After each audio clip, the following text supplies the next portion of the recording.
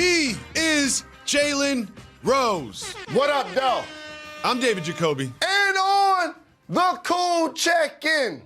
Together with Jalen Jacoby, what is it that we do, sir? We give the people what they want.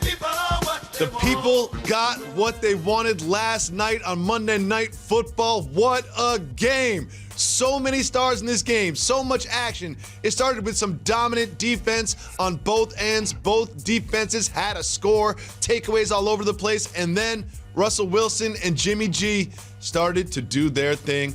Both Jimmy G and Russell Wilson brought their teams down the field at the end of the game to get themselves in the lead. But then it happened, Jalen Rose. This pick in overtime set up this kick, not even close, from McLaughlin, the rookie kicker. And then Russell Wilson got the ball back, did what he does, got him down the field. And then Myers won the game for the Seahawks. There is so much to discuss from this game. What was the biggest takeaway for you, Mr. Rose? That the guy who made the game-winning kick, his name is Jason Myers. For anybody that grew up in the 80s, okay? Michael Myers and Jason Voorhees, that's classic. We have to investigate his name, right, family? He had a terrible week last week, too. He was so bad last week, missed like 4 field goals. I felt so good for him. And McLaughlin, the other kicker, had a huge kick. Like, this guy did not have a job like 4 days ago. Robbie Gould was hurt, and he comes in and he puts one straight down the middle at the end of regulation from 47 yards. Basically has the same distance in overtime, and it looked like me out there kicking it. He just shanked it to the left. Just shanked it. And for me, I've realized my tipping point of what I consider a field goal that a professional should make is like 42 yards. Okay. Anything over that, I'm like, oh, okay, I'm not as upset if they miss. But this was a terrific football game, as you mentioned. One undefeated team in the 49ers who eventually lost Sanders due to injury, their wide receiver. Hopefully it's not something long-term. And on the other side, Seattle, who lost Lockett during the game due to injury, who Pete Carroll feels like that's going to be a more serious injury. But it was all about the dynamic play of Russell Wilson, who now leads the league, David Jacoby, in total yards and total touchdowns. And what Pete Carroll continues to do, that's sneaky and smart, while we dazzle at Russell, and it's great how he gets down and uses his baseball background to slide and not take big hits, they still find a way to turn around and get a ball to Carson 25 times to slow down the pass rush when they can, to give Russell a chance to even breathe. So I was really impressed with Metcalf, who continues to improve as a rookie receiver. And so there's a lot of great things happening offensively for Seattle, but we got to see what happens with Lockett, because that'll be a big-time loss, obviously. Josh Gordon had a couple big third down conversions, and he just joined the team. And I want to talk about the quarterbacks for a second, Jalen, because if you can celebrate Russell Wilson's play as you just did, but he's the same Russell Wilson that threw an interception in overtime on the 2-yard line, right? And that was a beautiful play by Greenlaw. But then there's also Jimmy G. You can say, oh, well, Jimmy G drove him down the field, put them in a position to win the game with that field goal. But it's the same drive in which he basically threw it off the shoulder pads of 2 different linebackers for the Seahawks. So I walk away from this game with the same impression I had from the beginning. Like, both those quarterbacks did so much to put their team in position to win, but that both those quarterbacks also kind of gave away important chances. So I ignored it at the top of the show, and you did it twice during your great analysis. We're not going to put Jimmy G's play and Russell Wilson's play in the same category, because Jimmy G also did a lot of unforced turnovers that cost his team. Russell Wilson, I agree with you, made that bad mistake, threw that pick on the 2-yard line. It almost reminded me of the Super Bowl. I was thinking, wow, I remember that play when he threw that pick and cost them the game. But again, special teams, as we started the show alluding, always play that factor in determining a lot of times how we analyze these games. And Garoppolo didn't have Kittle, his security blanket, arguably the best tight end in football. But you got to give Seattle credit, because they stood up against the run. And that's what San Francisco does on a consistent basis, almost as well as anyone.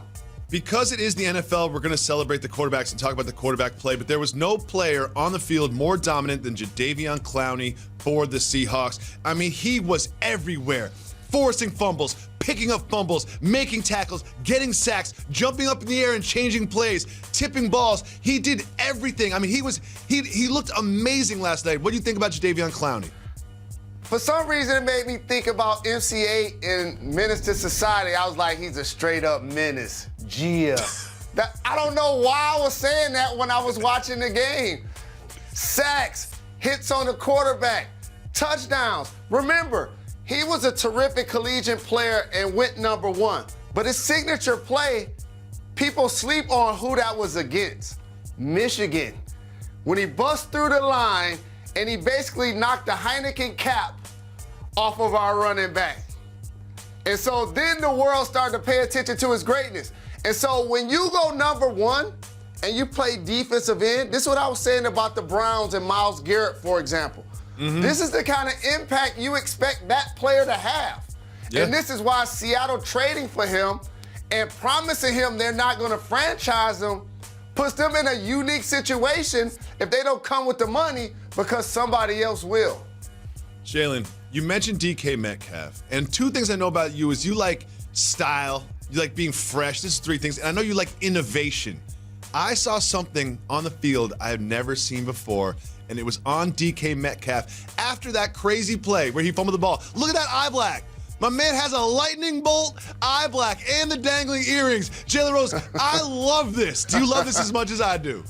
I like it a lot. I was watching Tua on Saturday. I liked his eye black. It is something that at least the NFL allows the players to show a scintilla of personality outside of uniform. So yes, I enjoy seeing it. Hold up.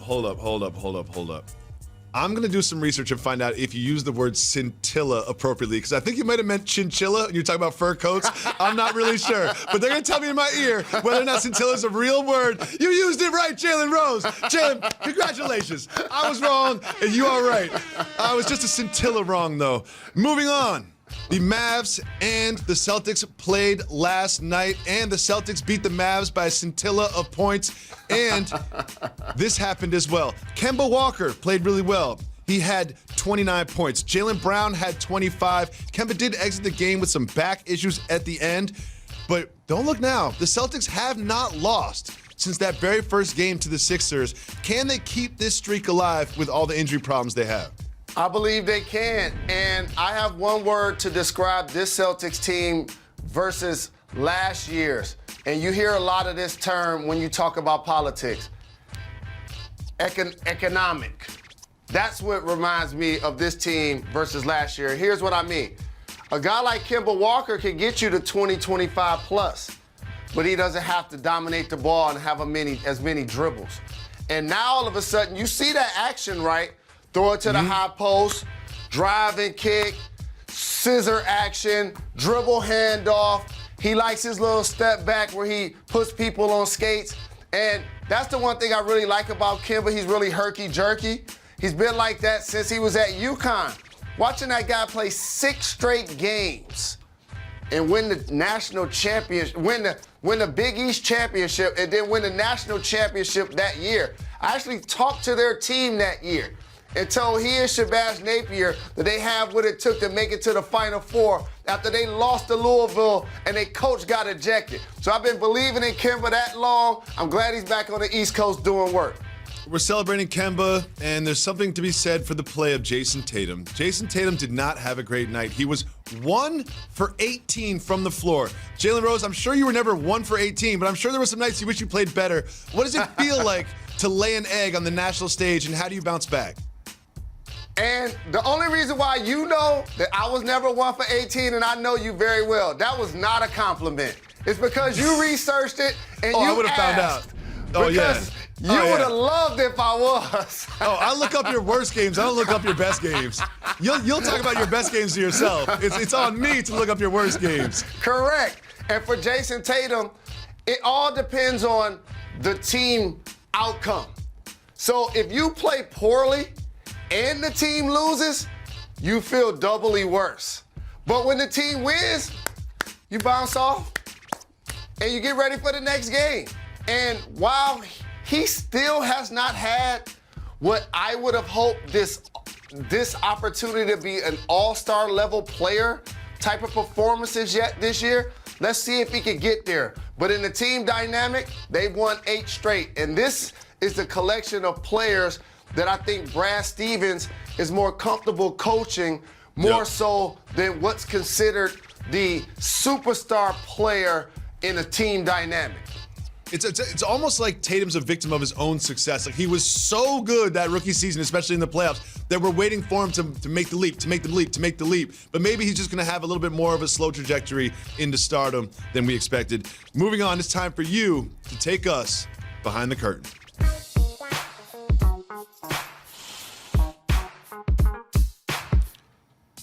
Okay, Jalen, the Spurs are a really well-coached team. So let's just check in on this out-of-bounds play. I'm not sure this is how Pop drew it up right here. So it goes Lyles to Murray. Murray steps out of bounds, and then back to Lyles. Like, Jalen, how does this happen? This has nothing to do with coaching. It's the same thing that we said with Eric Bledsoe. It's the same, probably taking the same gummies that Deion Waiters have been eating. How about this, Tanner? Can we get him a failed test, please? Because that's what I saw there. That's all I saw. That's all I saw. Jalen, let me tell you something. Jeremy Roenick told a story about Michael Jordan that I don't think Michael Jordan wanted him to tell, and we'll play it for you right after this.